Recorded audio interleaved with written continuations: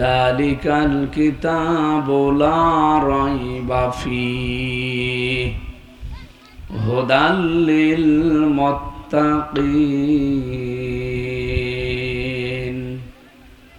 সাদাকতা ইয়া রব্বানা।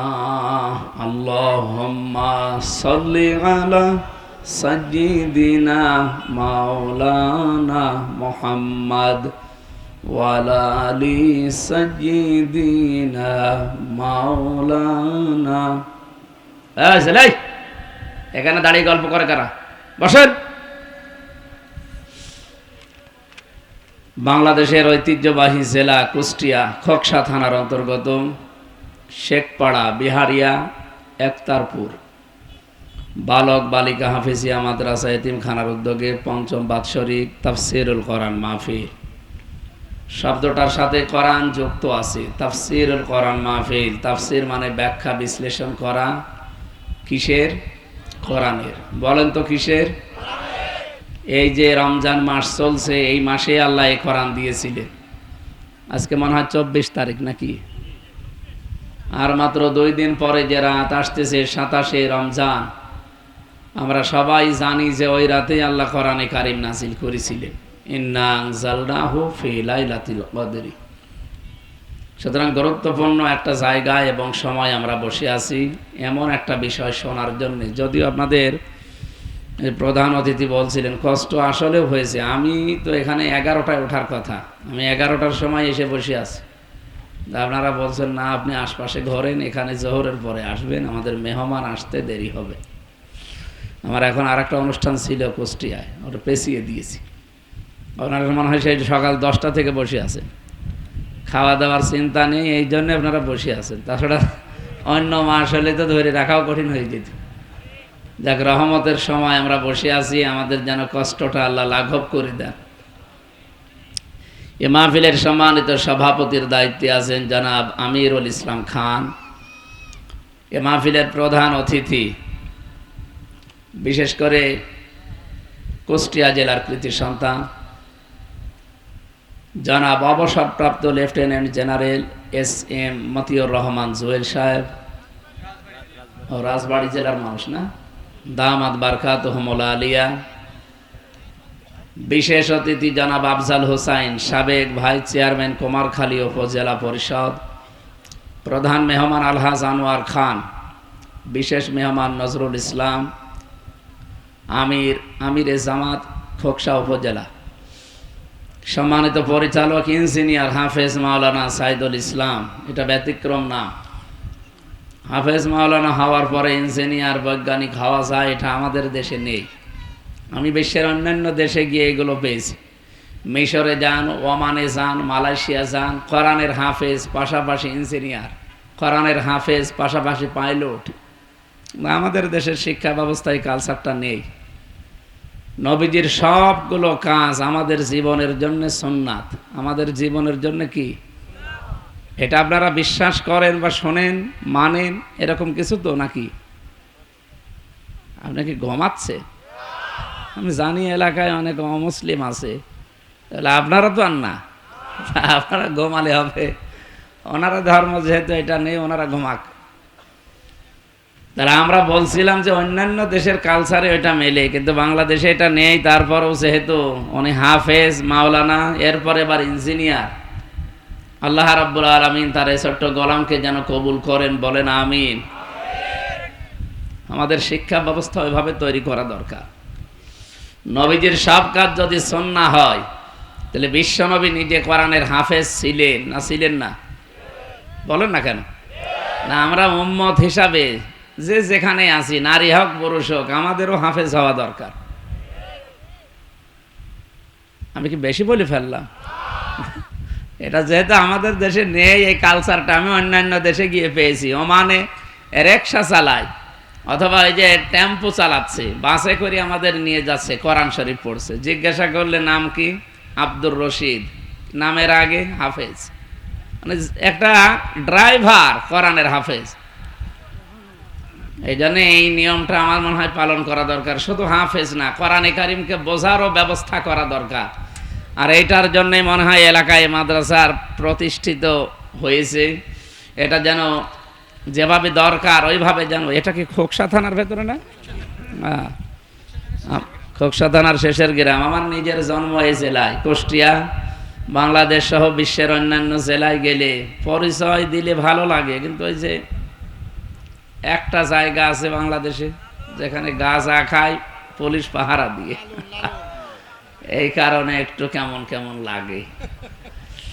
সারা পৃথিবীর মনে হয় একটাই নিরাপদ জায়গা যেখানে এই পুলিশরা পাহারা দিয়ে গাঁজা খাওয়ায়। ওই যে পুলিশ বসে আছে ওখানে,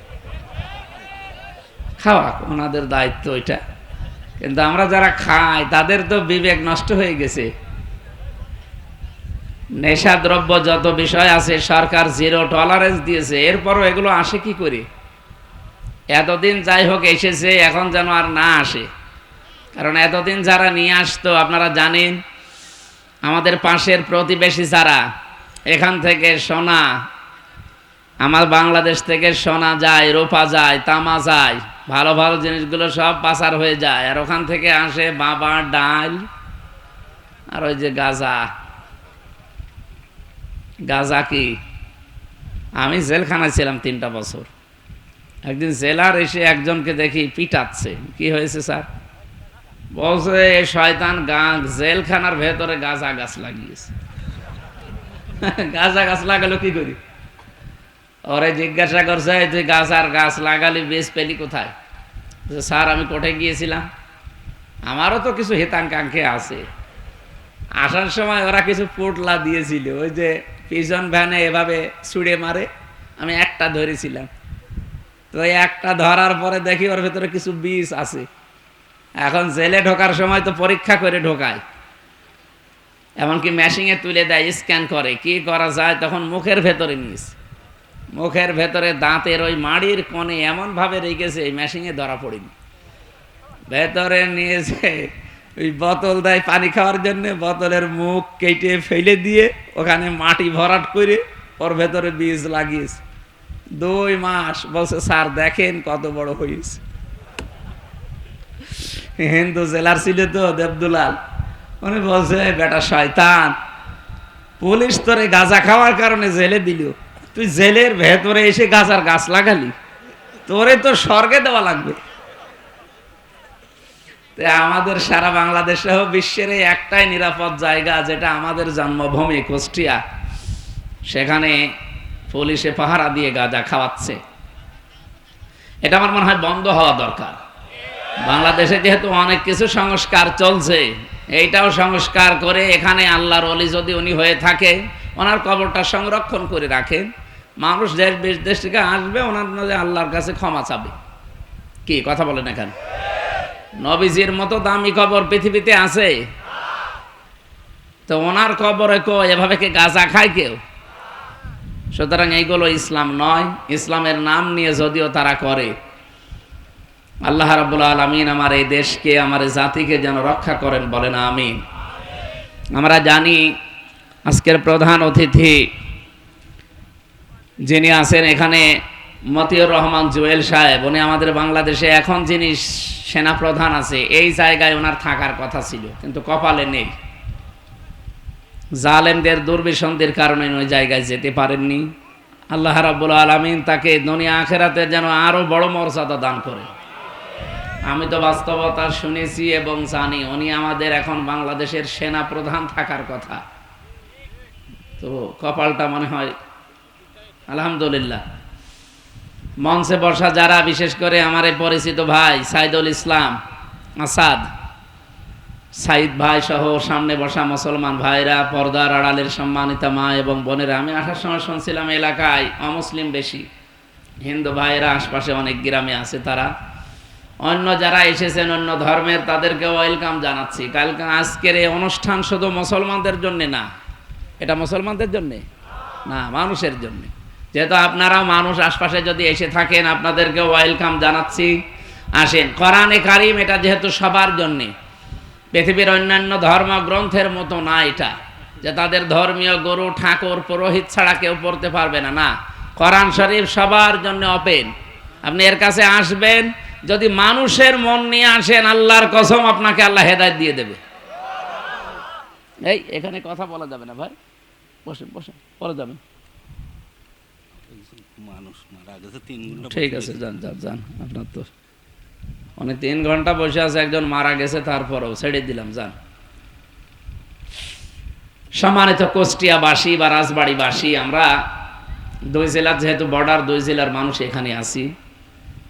আমরা কথা বলছিলাম সেদিন যশোরে এক কলেজের অধ্যাপক, বিসিএস ক্যাডার, ওনারে বললাম যে স্যার, আপনি অন্য ধর্মের মানুষ, হিন্দু, আপনাকে আমি মুসলমান হতে বলছি না, আর আমাদের ধর্মে জোর জবরদস্তি বাড়াবাড়ি নেই।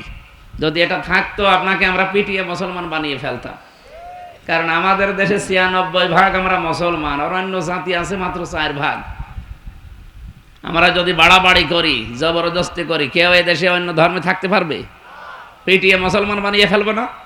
কিন্তু আমাদের ধর্মে ওইটা নেই, লা ইকরাহা ফিদ্দীন। আমাদের ধর্মে বাড়াবাড়ি আছে, জবরদস্তি আছে না।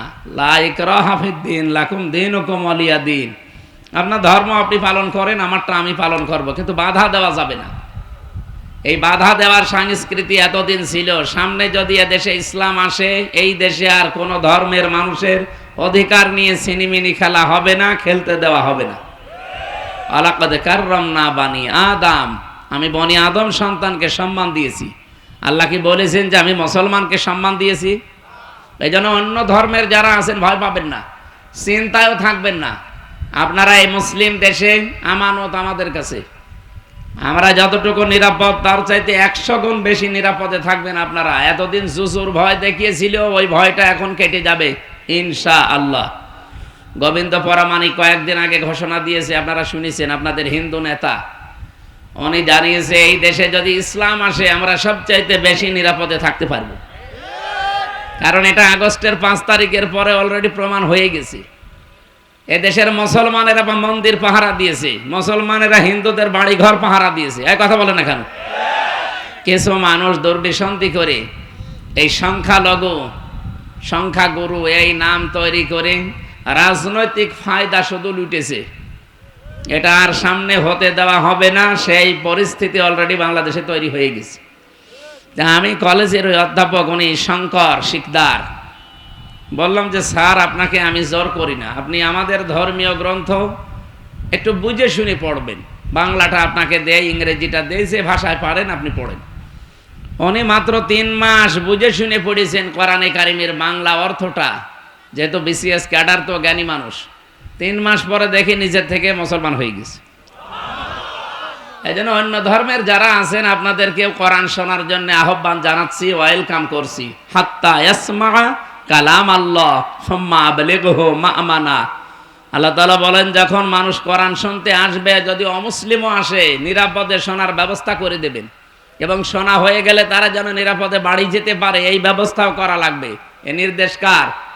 যেন আজকের এই অনুষ্ঠান শুধু মুসলমানদের, আরো জোরে বলেন, হাদা বায়ানুল লিন্নাস। আল্লাহ বলেন এটা মানুষের জন্য বায়ান। সুতরাং আমরা মানুষ পদবাচ্যে যারা বিবেচিত, আজকে যারা এখানে এসেছি, যেহেতু কষ্ট অনেক বেশি হয়ে গেছে আপনাদের, আর ঘন্টা খানিক কষ্ট করা যাবে না। এত খাওয়া দাওয়া নেই, এই জন্যে, খাওয়া দাওয়া থাকলে আমি শেষ করে দিতাম। রমজানে এখানে যারা আছে অন্য ধর্মের মানুষ বাদ দিয়ে সবাই রোজা আছে না নেই? রোজা নেই কারা? হাত তোলেন তো। ও, একজন, ঠিক আছে, অসুস্থ হতে পারে, অসুবিধা নেই। সবার যে রোজা রাখা লাগবে তা না। ফামান কানা মিনকুম মারিদান আও আলা সাফারিন ফাইদ্দাতুম মিন আইয়ামিন উখর। কেউ যদি অসুস্থ থাকে, সফরে থাকে, তার জন্য রোজা এ সময় না করে অন্য সময় করে দিলেও আদায় হয়ে যাবে, ওনাদের অবস্থা যদি ওই রকম হয়। কিন্তু যদি আপনি ধোঁকা দেন, ফামান শাহিদা মিনকুম শাহরা ফালিয়াসুমহু, তোমাদের ভেতরে কেউ যদি রোজার মাস পায়, মাস্ট বি, সে যেন অবশ্যই রোজা রাখে। এ নির্দেশ কার? সুতরাং ওনাদের অবস্থা ওনারা জানে। যদি সুস্থ থাকার পরও রোজা না রাখেন, রমজানে মুসলমান দিনের বেলা হালাল খাবার খেলে ওটা হারাম।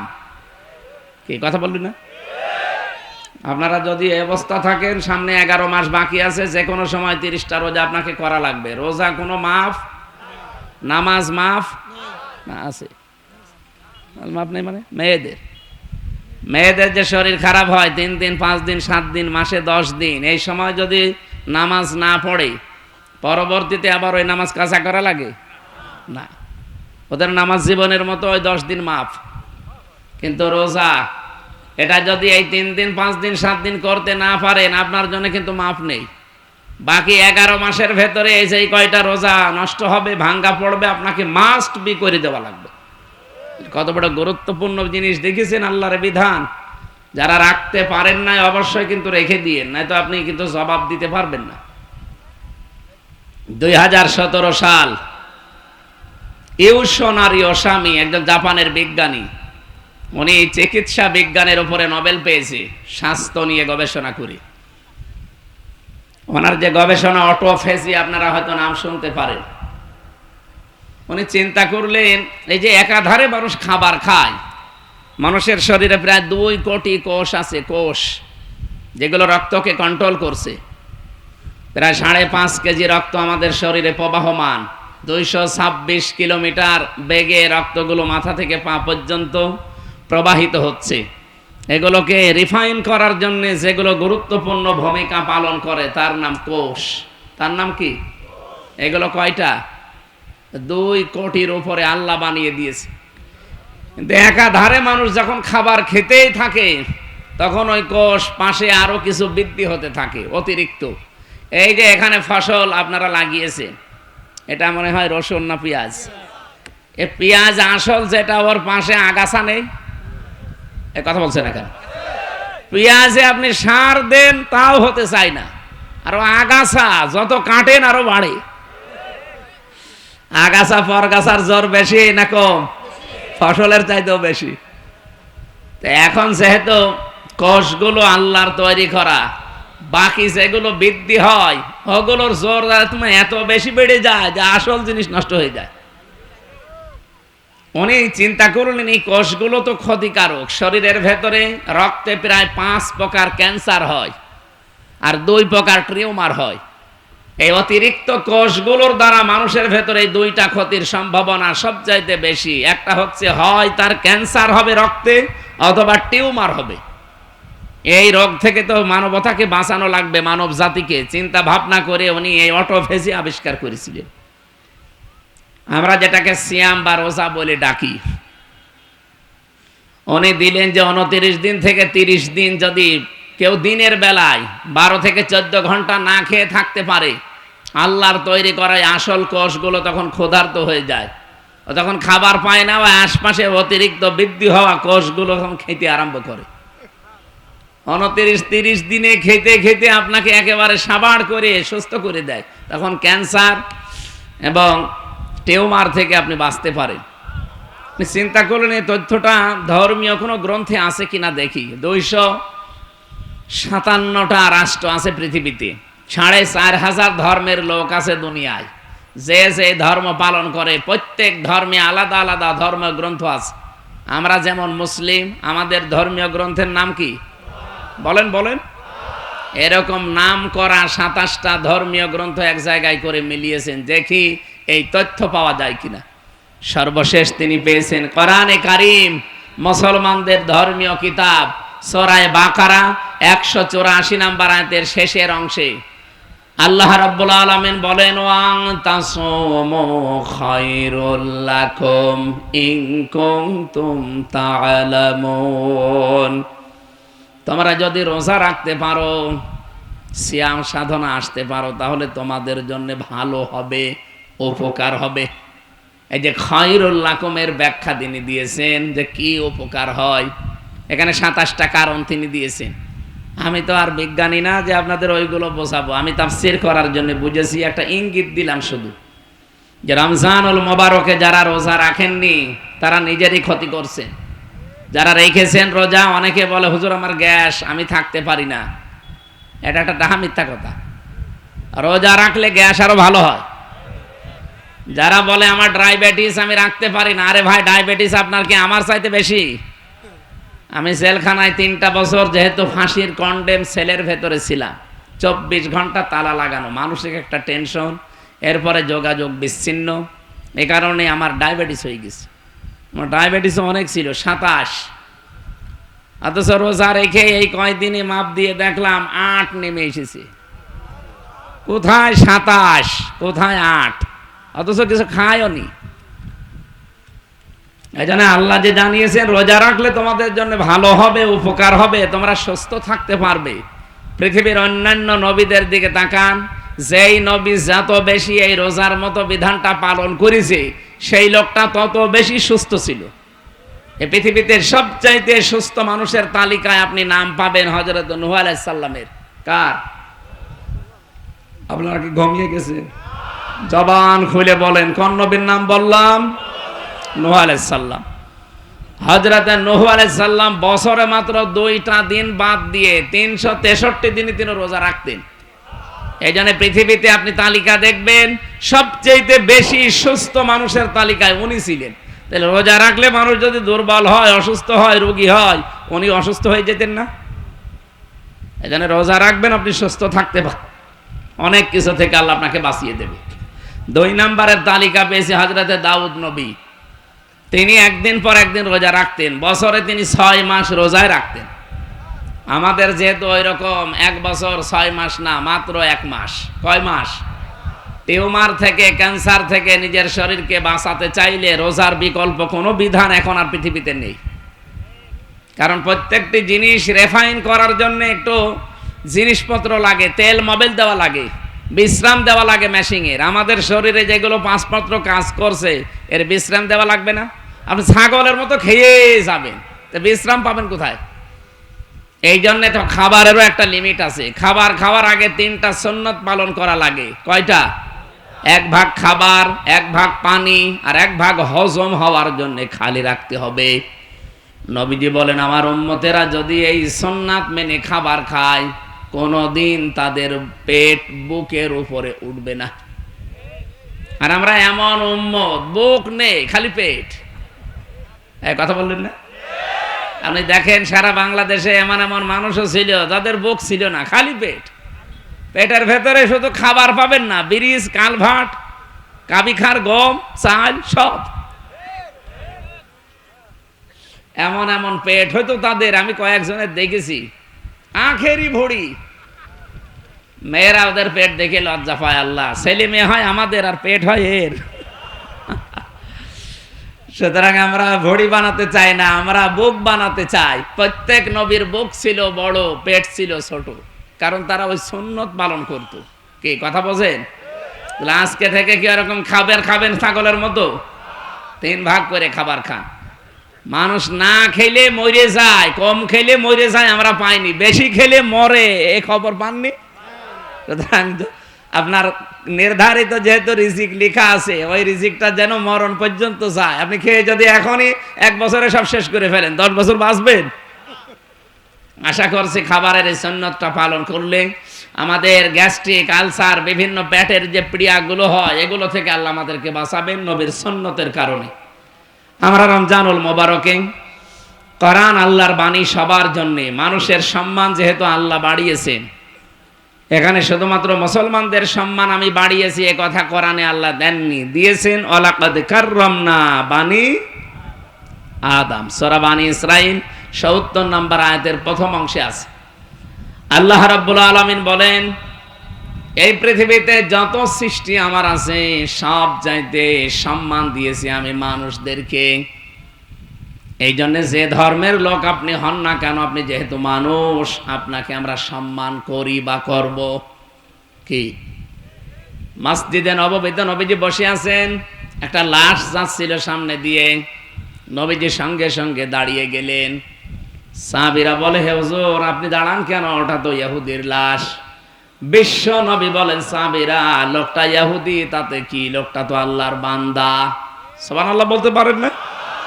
আমি মানুষের সম্মানে দাঁড়িয়েছি। এই লোকটা কোন ধর্ম পালন করে আমি ওইটা দেখি না, আমি দেখেছি লোকটা আল্লাহর বানানো কিনা। যেহেতু লোকটাকে আল্লাহ বানিয়েছে, এই জন্য আল্লাহর সৃষ্টির শ্রেষ্ঠ আশরাফুল মাখলুকাত, তাকে আমি সম্মান দিয়ে দাঁড়িয়ে গেছি তার লাশের সম্মানে। অবাংলার মুসলমানেরা, যেই নবী আমাদের নবী যাকে আমরা দাবি করি, তিনি মানুষ মারা গেলেও সম্মান দিতে ভোলেননি। অথচ আমরা জীবিত মানুষদেরকে সম্মান দিতে চাই না। কি জীবিত মানুষদের জন্য আমরা এখন আতঙ্ক হয়ে গেছি। আজ হাজারো জায়গায় রাহাজানি, চিন্তায়, মারামারি, কাটাকাটি, কত আতঙ্ক অবস্থা। এ দেশটা এখন অনেকেই জাহান্নাম বানানোর জন্য চেষ্টা করছে। আগস্টের 5 তারিখের আগে কিন্তু এ বাংলাদেশ আর নেই। 5 তারিখ পাল্টিয়ে এখন মার্চ মাসের 24 তারিখ চলছে। সুতরাং পৃথিবী যেমন পাল্টিয়েছে, বাংলাদেশও কি এই জন্য দেশটাকে নৈরাজ্য করার জন্য, অস্থিতিশীল করার জন্য বিভিন্ন টিপস আসছে বিভিন্ন জায়গা থেকে। এগুলোতে পা দিয়ে যদি কেউ দেশে অশান্তি তৈরি করেন, গোপালগঞ্জের মতো পেছনে লাল হয়ে যাবে। আপনি হয়তো টের পাচ্ছেন না কিছু। একবার পিটিয়েছিল না গোপালগঞ্জে আর্মিরা, এমন পিটানো পিটিয়েছে পেছনে লাল হয়ে গেছে। ওই সময় শুনতাম গোপালগঞ্জ থেকে ঢাকায় কেউ যদি আসে, বসে আসলে নেয় 300 টাকা, আর দাঁড়িয়ে আসলে 1000 টাকা। কারণ বসে আসবে কি করি আমরা, যেন এরকম ফাঁদে আর কেউ পা না দেয়। যারা পালিয়েছে এ মানুষগুলো আবার ফিরে আসবে, এই ধান্দায় আছেন আপনারা। পৃথিবীর ইতিহাস পাল্টিয়ে যাবে না? এই পৃথিবী থেকে 610 বছর আগে পাল্টিয়ে এই এই পাশে কলকাতা থেকে পালিয়েছে লক্ষণ সেন, আজও ফিরে এসেছে না, আর আসবে। আসবে ও উনি বলছে আসবে, ও মানে দাদা হয়। ও পাগল, পাগলই তো এই কথা বলবে, তাছাড়া তো বলার কথা না। আশরাফ ঘানি পালিয়েছে, এসেছে। বাশার আল আসাদ পালিয়েছে, এসেছে। এই কথা বলেন না কেন? আমাদের যেটা পালিয়েছে আসবে না। সুতরাং ও গুড়ে বালি, চিন্তা ভাবনা বাদ দেন। দেশটাকে যারা স্বাধীন করেছে তারা যেন সুন্দর করে গড়তে পারে। এদেশের ছাত্র জনতা মিলে আল্লাহ রাব্বুল আলামিন সোনার বাংলাকে সোনার বাংলা যেন বানিয়ে দেন। আমি কয়েকদিন আগে মালয়েশিয়া ছিলাম, প্রায় 10-11 দিন। এসেছি 2-3 দিন এসেছি। মালয়েশিয়া, সিঙ্গাপুর, থাইল্যান্ড, এই দেশগুলো এত পরিষ্কার, অথচ 54 বছরে আমরা তাদের উপরে যেতে পারতাম। মালয়েশিয়া 2004 সাল থেকে এই যে মাত্র 21 বছরে কোথায় চলে গেছে? বাংলাদেশের চাইতে প্রায় 5 ডবল বড় দেশটা। 3 কোটি মানুষ মাত্র বাস করে। বাংলাদেশের মানুষই ওখানে আছে 20 লাখ। তো এই দেশটা এই জায়গায় গেল কি করে? একটাই মাত্র কারণ, আমি যা পেয়েছি, আইনের শাসন আছে আর দুর্নীতি নেই। তারা আপনাদের মতো টাকা পাচার করে না। এ বাংলাদেশও দাঁড়িয়ে যেত, 54 বছর লাগতো না। বাংলাদেশ 5 বছরে দাঁড়িয়ে যায় যদি শুধু টাকা পাচার বন্ধ হয়। দুর্নীতিটা যদি বন্ধ হয়ে যেত দেশে, যে যেখানে যার আইন আছে ওই আইন ফলো করছে, ঠিক ওই দেশটা দাঁড়িয়ে গেছে। আমার আল্লাহর কোরআনে আল্লাহ যে আইনগুলো দিয়েছিলেন, এগুলো যদি আজ দেশে কায়েম থাকতো আর আইনের শাসন যদি প্রতিষ্ঠিত থাকতো, এ দেশটা কবে বাংলাদেশটা পৃথিবীর মানচিত্রে দাঁড়িয়ে যেত। কিন্তু আমরা পারি নাই, খালি মেগা প্রকল্প দিয়েছি আর মেগা ডাকাতি করেছি। কে কথা বললেন না? আপনি দেখেছেন এই রূপপুর, পাবনা, এখান থেকে একজন মানুষ মাত্র, আমি নাম নিলাম না, ৭৬,০০০ কোটি টাকা একজন মানুষ নিয়েছে। একটা দরবেশ ছিল দেশে, মাথার চুল থেকে পা পর্যন্ত পুরাটা সাদা, ৩৬,০০০ কোটি টাকা চুরি করিস। তো এইভাবে যদি এতগুলো টাকা কেউ চুরি করে, তে দেশটা দাঁড়াবে কি করি? এই জন্য আমরা চাচ্ছি এমন ভাবে দেশটাকে দাঁড় করাতে যেন চুরি বন্ধ হয়। বলেন বলেন। আর চুরি বন্ধ হওয়ার জন্য যে আইন লাগবে, ওই আইনটা আল্লাহ কোরআনে ১৫০০ বছর আগে দিয়েছেন। আস-সারিকু ওয়াস-সারিকাতু ফাকতাউ আইদিয়াহুমা। আল্লাহ বলেন, চোর পুরুষ হোক নারী হোক, যদি সাক্ষ্য প্রমাণে ধরা পড়ে ওর হাত কেটে দাও। এই আইনটা যদি সে ৭১ সালে বাংলাদেশের সংবিধানে কায়েম করে দিতে পারতাম, সংসদে যদি জারি থাকতো, এই দেশে কত মানুষের হাত যে এভাবে ঝুলে থাকতো। কি কথা বললেন না? এই মানুষগুলোই বাংলাদেশের মানুষকে বোঝায় যেটা বর্বর আইন। আল্লাহর এই আইনকে তারা কি বলে? বর্বর আইন বলে। এই দেশে একজন বলেছিল, তিনি মারা গেছেন, সরঞ্জিত সেনগুপ্ত বাবু, বলেছিল মুসলমানদের কোরআনের এই আইনটা সূরা মায়েদার ৩৮ নম্বর আয়াত, এটা একটা বর্বর আইন। বলেন নাউজুবিল্লাহ। কেন বলেছিল? কালো বিড়াল ধরা পড়েছিল। কারণ ওনার হাত ওই সময় থাকার কথা, যদি এই আয়াতটা সংসদে থাকতো। এক কথা বলেন না কেন?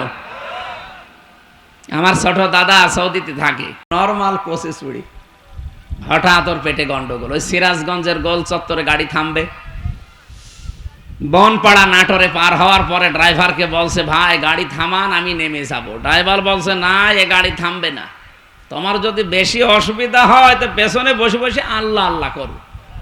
বলছে, পেটে আমার গন্ডগোলে কি আল্লাহ আল্লাহ থামে? পেছনে যেয়ে দেখছে সিটের পকেটে ওই যে পলিথিন থাকে বমি করার জন্য, ওইটা নিয়েছে দুইটা, দুই সিটের মাঝে বসে ওই কাজ করিস। চিন্তা করে আমার তো বদনাম হয়ে যাবে। পকেট থেকে একটা রুমাল বের করে 4 কোনা করে বেঁধে দিছে, জালানার কাজ খুলে পেছনে ফেলে দেবে। আল্লাহর ইশারা, পেছনে আসছিল মোটরসাইকেল ওলা, পড়বে কি একেবারে মোটরসাইকেলের সামনে। মোটরসাইকেল ওলা চিন্তা করছে একেবারে সাদা রুমাল ধবধবে, বাস থেকে পড়ে গেল কি গো। এ রুমাল যখন নতুন, এ ভেতরে জিনিসও মনে হয় নতুনই হবে। ও বলছে, দেখলাম রাস্তায় ওই লোকটা তুলে নিল কাজ দিয়ে, আমি তাকিয়ে আছি। ও বাড়ি যেয়ে টের পাবেন যে কোন নতুন জিনিস। আমারে বলছিল, হামজা, আমরা যেভাবে ডিজিটাল হওয়া আরম্ভ করেছি, এদেশে পায়খানাও নিরাপদে নেই, তার প্রমাণ আমারটা। না, নিরাপদ যদি আমরা করতে চাই, এদেশে সোনা পড়ে থাকবে, যারটা তার ঘরে পৌঁছিয়ে দেবে, সেটার জন্য এই যে এইটা দরকার। এই কথা বলেন। আল্লাহ রাব্বুল আলামিন এই রমজানুল মুবারকের জন্য এইটার নাম দিয়েছেন শাহরু রমাদানাল্লাযী উনজিলা ফীহিল কুরআন। আল্লাহ পাক বলেন, এই সেই মাস যার নাম রমজান। এখানে আমি তথ্য জানার জন্য বলছি, আলেম আছে না? পরা কোরআন শরীফে কয়টা মাসের নাম আছে বলেন তো? হ্যাঁ, কয়টা? না, মুহররম, সফর, রবিউল আউয়াল আছে? নেই। পরা কোরআনে মাত্র একটা মাসের নাম আল্লাহ দিয়েছেন, তার নাম রমজান। 12টা মাসের নাম সূরা তাওবা একবারে আছে, কিন্তু নাম নেই। ইন্না ইদ্দাতাশ শুহুরি ইনদাল্লাহি 12 শাহরান ফি কিতাবিল্লাহ। আল্লাহ বলেন, আমার কিতাবে আমি লিপিবদ্ধ করেছিলাম 12টা মাসের নাম, কিন্তু কি কি এটা আর বলেন নাই। একটা মাসের নাম শুধু কোরআনে আল্লাহ দিয়েছেন, নাম কি? আরো জোরে বলেন। রমজান শব্দের শাব্দিক অর্থ হচ্ছে জ্বালিয়ে দেওয়া, পুড়িয়ে দেওয়া, শেষ করা, মিটিয়ে ফেলা। প্রায় 33টা অর্থ আছে। রমজান অলরেডি এখন চলছে। কি জ্বালিয়ে দিতে এসেছে রমজান? হ্যাঁ, আমাদের অপরাধ, আমাদের পাপ, আমাদের গোনা, আমাদের অহংকার, আমাদের আমিত্ব। সুতরাং অহংকার যাদের আছে, তাদের অহংকারে রমজানে যেন জেলে পুড়ে শেষ হয়ে যায়। কথা বলেন না কেন? রমজান আসার পরও যদি আপনি অহংকার থেকে মুক্ত হতে না পারেন, আপনি মরণের আগে আর সোজা হবেন না। আপনার ভেতরে আমিত্ব আছে, আমি কি হনু রে, হনুমান হয়ে গেছেন। এইটা আপনার ভেতর থেকে রমজান আসার পরও যদি দূর না হয়, আপনি বিশ্বাস করে নিতে পারেন যে আপনি মরণের আগে আর সোজা হবেন না। আপনার ভেতরে শয়তানি যে কাজ কারবার গুলো উকি মারে, শয়তান তো এখন বাধা আছে, এরপরও আপনার দ্বারা শয়তানের কাজ কারবার হয়। শয়তানের কাজ কি? শয়তানের 1 নাম্বার কাজ হচ্ছে, দুনিয়াতে শয়তান অপচয় করে বেশি। কি করে? আরো জোরে বলেন। আপনার জীবনে অপচয় আছে? এই যে বিড়ি খাওয়া, এটা অপচয় না? কোন লাভ আছে বিড়ি খেলে আপনি বলেন তো? অনেকে বলে হয়তো টেনশন। আরে শয়তান, বিড়ি খেলে আরো টেনশন বাড়ে। কারণ আপনার একটাই খাবার দুনিয়াতে আছে, যার গায়ে লেখা থাকে আমাকে খাবেন না। তার নাম কি? আমাকে খেলে কি হয়? তারপরও মানুষ খায়। বিস্কিটের নামে যদি লেখা থাকে শরীরের ওপরে, গায়ের ওপরে, প্যাকেটের ওপরে যে আমাকে খাবেন না, খেলেই ক্যান্সার হবে, কেউ কিনবে? বিস্কুট কিনতে রাজি না, কোন খাদ্য দ্রব্য কিনতে মানুষ রাজি না যদি লেখা থাকে যে আমাকে খেলেই ক্যান্সার হবে। শুধু একটা খাবার কিনি, কি? এই এলাকায় বিড়ি খায় কি আমি জানি না, যদি খান ছেড়ে দিন। এটার দ্বারা কি লাভ আছে আপনার? আরো ক্ষতি। একদিকে নিজের আসল টাকা আপনি আগুন দিয়ে পুড়িয়ে ছাই করে দিলেন। কথা বলেন না কেন? টেনশন দূর করার জন্য বিড়ি খান, টেনশন আরো বাড়ে, আপনার কলিজা নষ্ট হয়ে যাচ্ছে। যদি একবার ক্যান্সার শরীরে বাসা বাঁধে, 14 বংশ বিক্রি করে একটা ঔষধের পয়সা হবে না।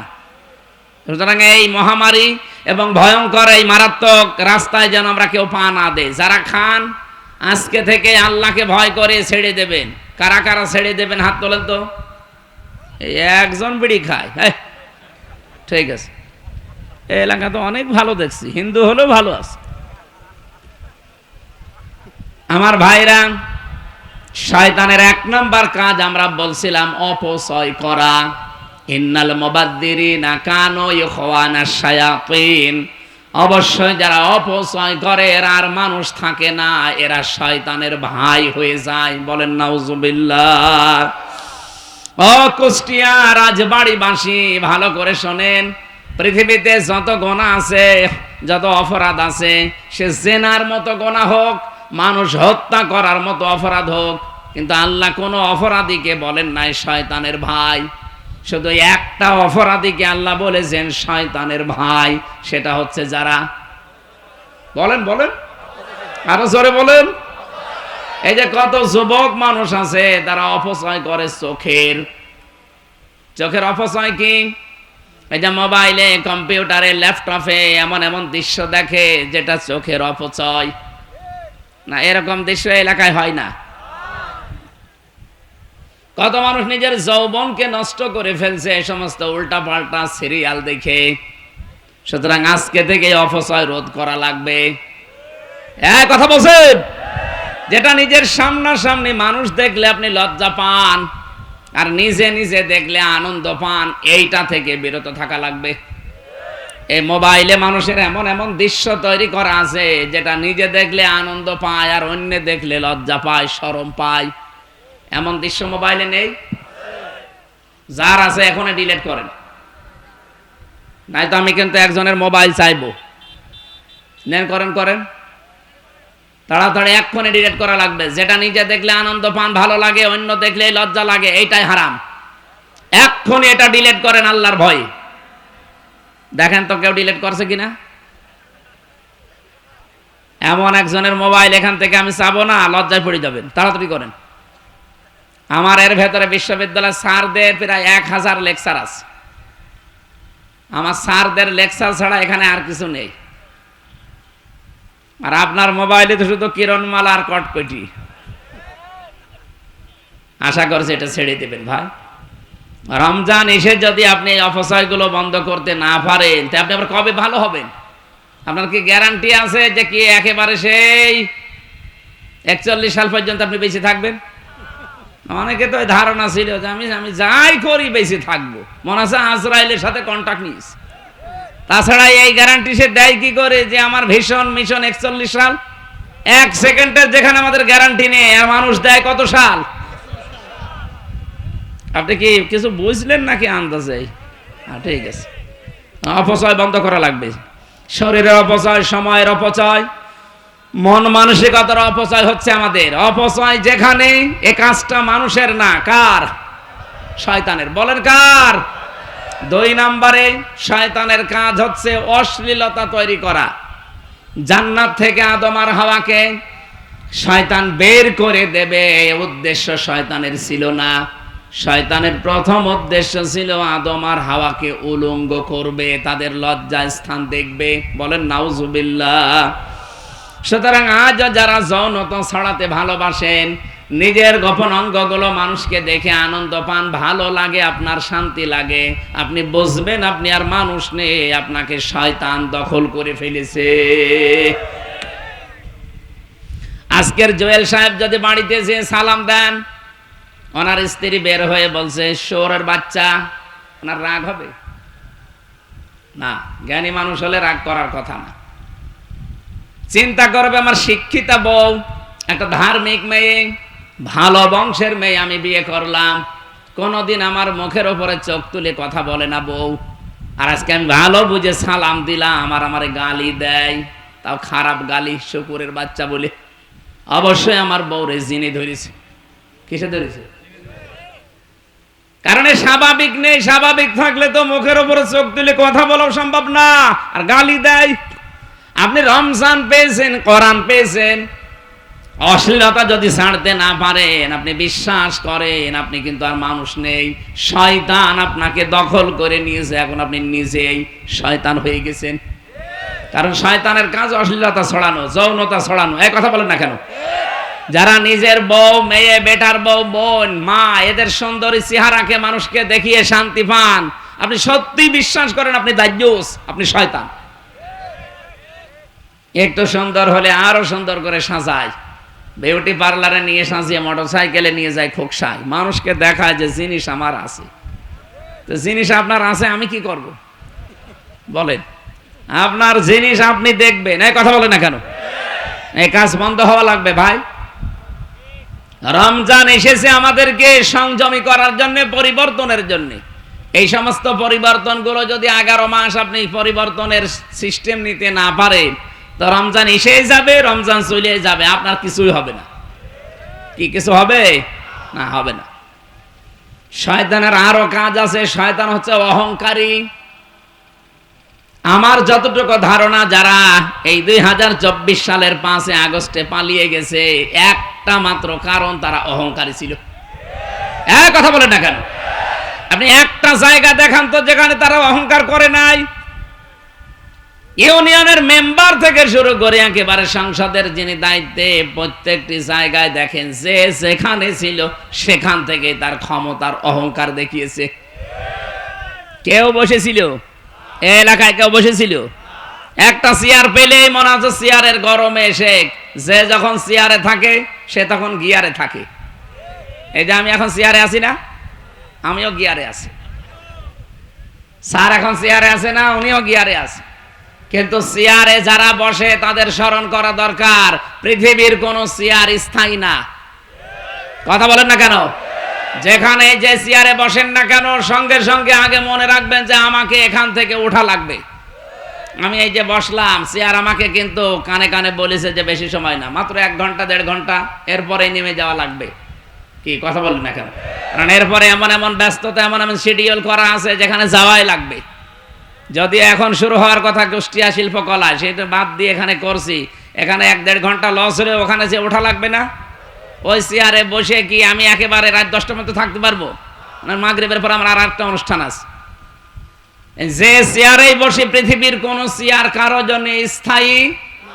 একটা চেয়ার স্থায়ী, শুধু হাসিনারটা না। ও তো চেয়ারে হারিয়ে ফেলিস। কোনটা? অসিয়া